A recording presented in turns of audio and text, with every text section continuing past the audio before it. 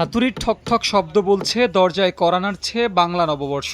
রাজধানীর চারুকলায় শুরু হয়েছে নববর্ষকে ঘিরে জোর প্রস্তুতি। নতুন বছরকে বরণ করতে দিনরাত চলছে কারুকার্য। রং তুলির আঁচড়ে তৈরি হচ্ছে নান্দনিক মুখোশ, আলপনা ও বিভিন্ন মোটিভ। চারুকলার প্রাঙ্গণ জুড়ে দেখা যায় শিল্পীদের ব্যস্ততা। রং তুলিতে বাংলা সংস্কৃতি ও ঐতিহ্যের কথা তুলে ধরতে চলছে নানা আয়োজন। খুবই ভালো লাগছে, কারণ গত বছর আমি পেয়েছি, তখন একটা ভয় ছিল যে নিরাপত্তা জড়িত, কিন্তু এই বছর সেটা নেই, সেজন্য অনেক ভালো লাগছে। জুনিয়র সিনিয়র সবাই কাজ করছে এবং অনেকেই আসছেন কাজ দেখতেন, ভালোই লাগছে।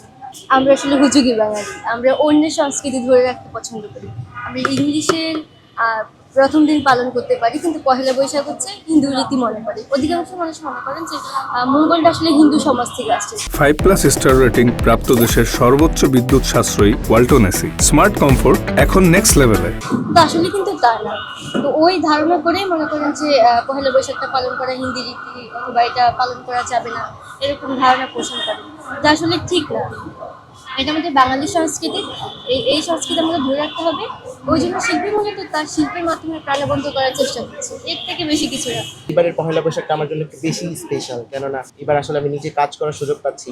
হয়তো আমার কাজ বা আমার বন্ধুদের কাজ কারো না কারো হাতে দেখবো মঙ্গল শোভাযাত্রার র্যালিতে। সবাই মিলে একটা আনন্দ ঘন মুহূর্তে আমরা সবাই মিলে সম্মিলিতভাবে আমাদের আগামীর যে শোভাযাত্রা আছে তার জন্য একসাথে কাজ করছি। এবারে মঙ্গল শোভাযাত্রায় আমাদের মূল থিমটা হচ্ছে ফোক মোটিভ নিয়ে।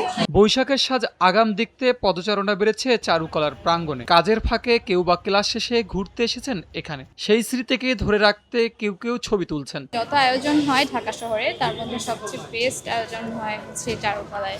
আমি আসলে অনেক এক্সাইটেড। প্রতিবার তো আমরা টিভিতে দেখি, তো এবার লাইভে এক্সপিরিয়েন্স নেওয়া হবে। অন্যবার ঢাকা ভার্সিটিতে আসা হয় না, বাট অনেক শুনেছি যে চারুকলার ইনস্টিটিউটের ওরা নাকি খুব ভালো করে প্ল্যানিং করে, খুব সুন্দর করে। তো এবার যেহেতু আসবই, এবার ফার্স্ট টাইম, তো একটু দেখতে আসলাম যে অ্যাকচুয়ালি ওরা কি করতেছে, কিভাবে করতেছে। এখানে অনেক বেশি কালারফুল, অনেক ভালো লাগছে। আজকে আমাদের ব্যাচের ওরিয়েন্টেশন ছিল, ওইখান থেকে আমরা এখানে আসলে একটু দেখতে আসছি যে কেমন হয়েছে আজকে। নববর্ষে মুছে যাক সব গ্লানি আর ক্লান্তির ছায়া। রঙে রঙে ভরে উঠুক জীবন, আনন্দমুখর হোক প্রতিটি অন্তর। বাংলা নববর্ষ বয়ে আনুক শান্তি, সমৃদ্ধি আর নতুন আশার বার্তা। সাইফুল ইসলাম, এনপিবি নিউজ।